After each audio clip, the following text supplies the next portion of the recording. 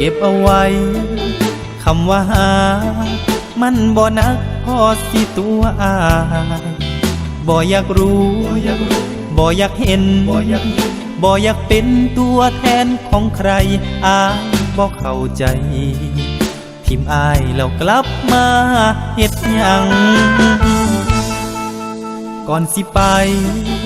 กับคนนั้นคือบ่เห็นสงสารกันบ้างบัดตอนนี้ทำเป็นซึมอายบ่ลืมดอกเคยใจห่างไปหาเขาคุณนาใจอายมันปิดตายทุกอย่างบ่อยากสิฟังดอกคำแก่ตัวของคนบ่ดีถึงโลกใบนี้มีเธอคนเดียวอายก็บ่หวังบอกว่าอายดีแล้วตั้งแต่กี้ทิมอายเฮ็ดหยังที่สิเป็นตางกะทิมซื่อๆบ่บอกบ่กล้าอย่าบอกเลยเคยมีกันมันบ่หวานแล้วคำว่าเฮาย้อนความหามันล้นหา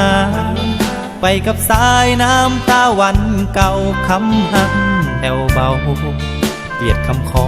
ของคนสองใจ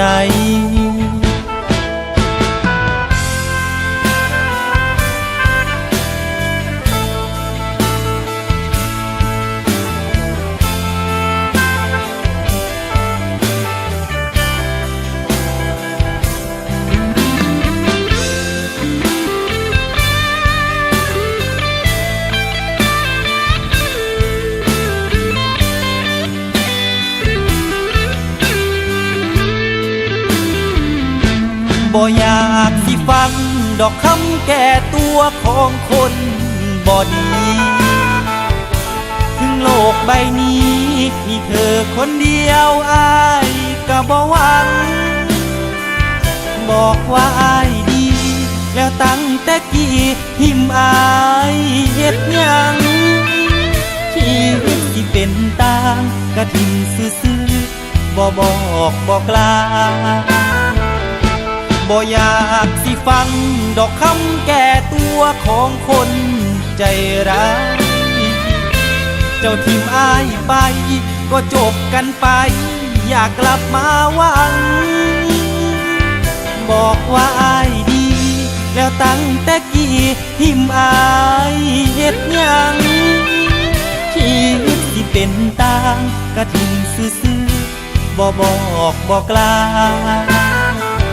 คิดสิเป็นตากะทิมอายไป